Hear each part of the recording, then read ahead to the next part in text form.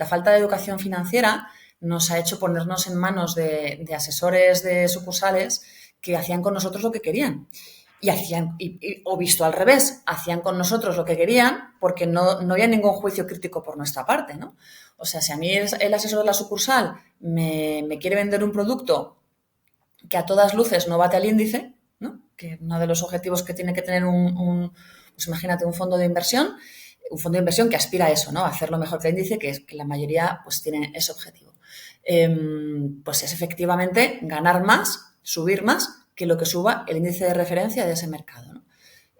Pues si me están vendiendo un producto y yo carezco de ningún tipo de educación financiera, pues es que ni se me ocurre decirle a ese asesor, oye, pero esto que me estás vendiendo lo hace mejor que el conjunto del mercado.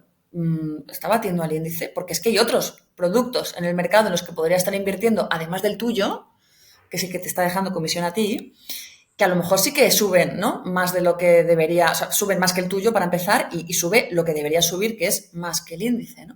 Pero claro, si tú no sabes que existe esa vara de medir, pues no se te ocurre ser crítico con tu asesor, ¿no? O comisiones, por ejemplo. La gente no tiene ni idea de qué comisiones son exigibles pues eso, en una cuenta corriente, en un fondo de inversión, en un plan de pensiones. No lo saben. Y como no lo saben, esto crea el incentivo de que al final el asesor le acabe colocando productos muy caros por la sencilla razón de que el cliente no sabe que son caros, ¿no? Cosa que no pasa, insisto, en casi ninguna otra área, porque incluso aunque sean ámbitos muy técnicos, tenemos cierta costumbre de preguntar, de informarnos, quien más, quien menos tiene un primo que, tiene alguien que tal, ya en la era de internet, pues imagínate, si te puedes informar, si puedes conocer, si te puedes meter en foros y ya con ChatGPT ni te cuento. Pero en esto, por alguna razón, era en plan lo que nos dijeran, ¿no? La simetría de información era absoluta y no nos importaba que fuera tan absoluta. O sea, entonces, claro, carentes de ningún tipo de juicio crítico, aceptábamos todo aquello que nos decían. Y eso, pues claro, ha generado pues muchos problemas. Ha generado. Sí, y algunos están aquí, bueno, están hace 15, 20 años, fueron gravísimos, ¿no? La crisis de 2008 fue un gran ejemplo, ¿no? Y lo que acarreó después, fusiones bancarias, en fin, mil cosas, y por mala praxis clara de la banca tradicional en muchos aspectos, sobre todo en colocar productos por incentivos, como tú bien dices, particulares e intereses de la propia banca, ¿no? La banca tradicional es imposible no ponerla bajo sospecha, porque ahí están los resultados. O sea, tú vas a un banco y pocos bancos, poca banca tradicional practica o tiene departamentos para invitarte a ahorrar, invitarte a invertir con unos rendimientos razonables. Esa parte como que la ocultan, ¿no? Bueno, porque no es No que la les oculten, es interesa, que ellos lo que les interesa es colocar su propio producto. Es lo que les interesa. Y su propio producto no es particularmente rentable porque tampoco necesitan que lo sea, ¿no? Porque como al final lo van a colocar de todos modos a un cliente cautivo, pues entonces no tienen grandes incentivos esos gestores de fondos para realmente gestionar el producto de una manera eficiente y competitiva, con lo cual esa pescadilla que se muerde la cola. O sea, no es que ellos tengan buenos productos y no te los vendan porque sean malvados, sino que en realidad lo que les interesa es venderte su producto, que es el que más comisiones les deja, y su producto no tiene incentivo para hacerlo bien frente a otros que a lo mejor sí que tienen que competir codo con codo y ahí sí que, pues, por ejemplo, los productos de gestoras internacionales, que esos no tienen una red de sucursal bancaria aquí donde colocarse. Esos ya tienen que ser buenos y rentables porque no les queda otra. Es que si no, no tienen inversores. Pero el producto de las gestoras pertenecientes al grupo bancario español, pues no tienen ese incentivo, ¿no? Y al final todos funcionamos con incentivos, para bien y para mal.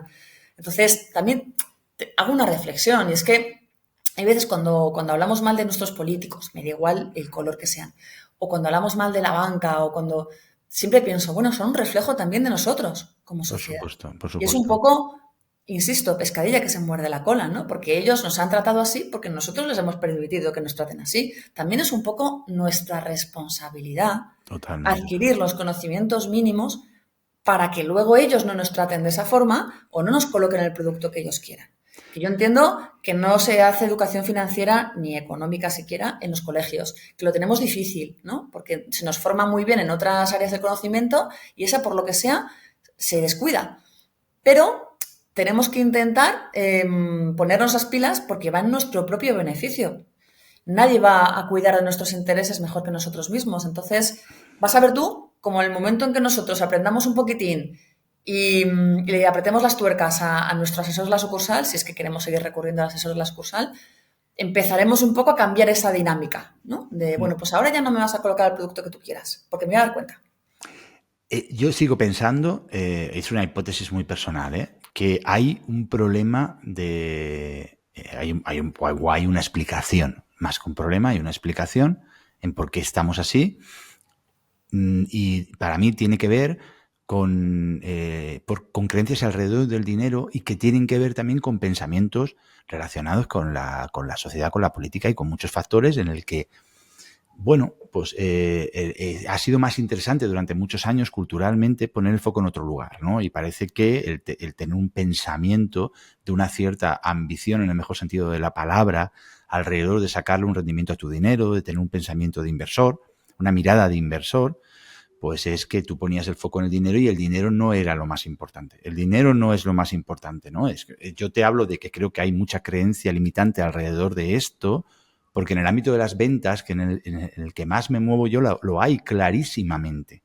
La gente te cuenta cosas, profesionales que se acercan a este mercado, porque es una salida profesional como cualquier otra, se encuentran muchas veces con contradicciones. Pero ¿cómo voy a ganar dinero con mi trabajo? ¿Pero cómo voy a cobrar por este servicio, por esta información, por esto que hago, ¿no? Y eso son creencias que no dejan de estar relacionadas con el dinero. O sea, están completamente relacionadas. Es que es que creo que hay una cuestión cultural muy importante estoy completamente de acuerdo con respecto al dinero en España.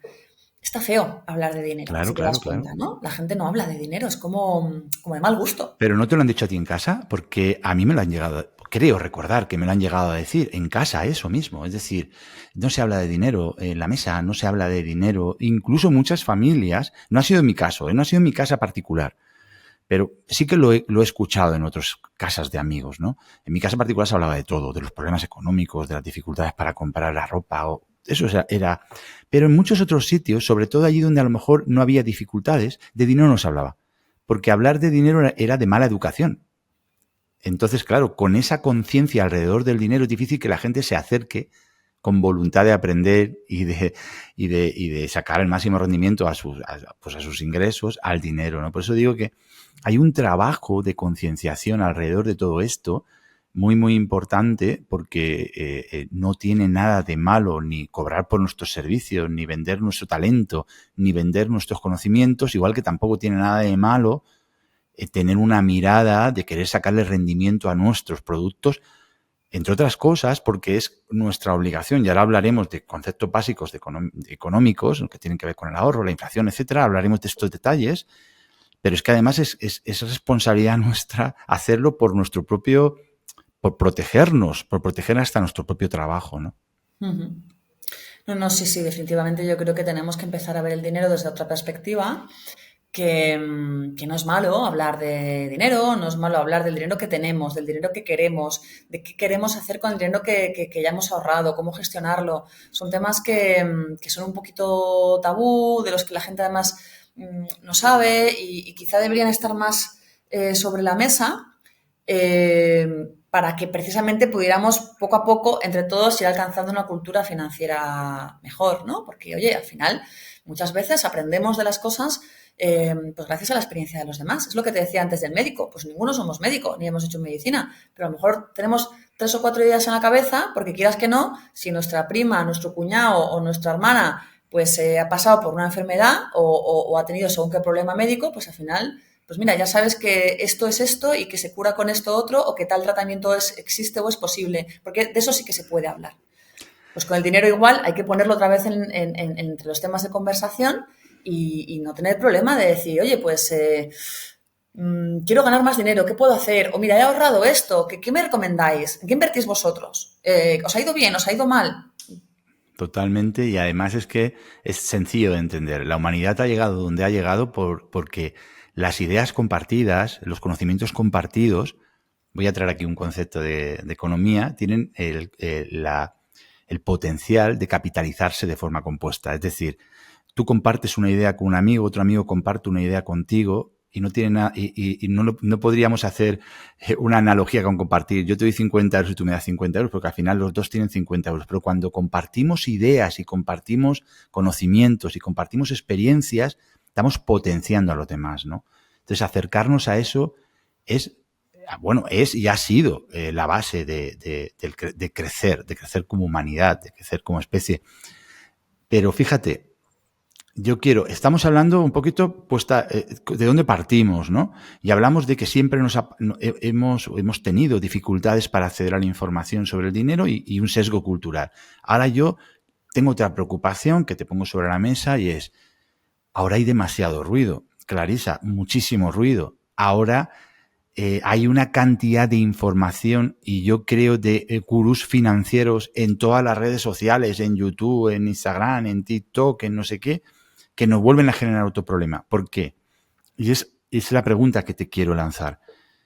¿Qué estrategia podemos tener para informarnos y aprender sobre cultura financiera sin intoxicarnos? Bueno, vamos a ver. Yo creo que al final hay dos guías importantes. Y que además es algo que tenemos muy en cuenta los periodistas cuando estamos buscando información para nuestros reportajes. Una es la fuente. ¿Vale? Si tú te quieres fiar de la información de alguien, tienes que ver quién es ese alguien y si ese alguien está sujeto a un conflicto de interés o no, es la fuente autorizada, sabe realmente del tema, etcétera, ¿no? Por ejemplo, en el mundo de la educación financiera, los organismos reguladores y supervisores, como el Banco de España, como la CNMV, ¿no? La Comisión Nacional del Mercado de Valores, hacen contenido educativo y formativo y hacen glosarios y hacen folletos y guías. Pues a todas luces, esa es una fuente que fiable, ¿no? O la prensa, por ejemplo. Pues la prensa económica es una prensa muy especializada, que tiene muy buenos profesionales dentro, pues desde mi punto de vista, yo que además lo conozco muy bien desde dentro, es otra fuente muy fiable, ¿no? A la hora ya no de informarnos de lo que está sucediendo en la actualidad, sino de formarnos, ¿no? Porque además los periodistas muchas veces hacen eso, ¿no? O hacemos eso. No solo contamos lo que ha sucedido, sino que por darle un contexto que el lector pueda entender, acabamos haciendo un poco una labor como muy divulgativa, ¿no? Muy formativa. Pues eso también es una fuente fiable. Entonces, las fuentes, el analizar bien de dónde viene esta información, me da igual que el canal luego sea redes sociales, internet o lo que sea, pero quién está emitiendo esa información es clave a la hora de validarla, ¿no? Yo creo que esto en educación financiera y en cualquier otro tema.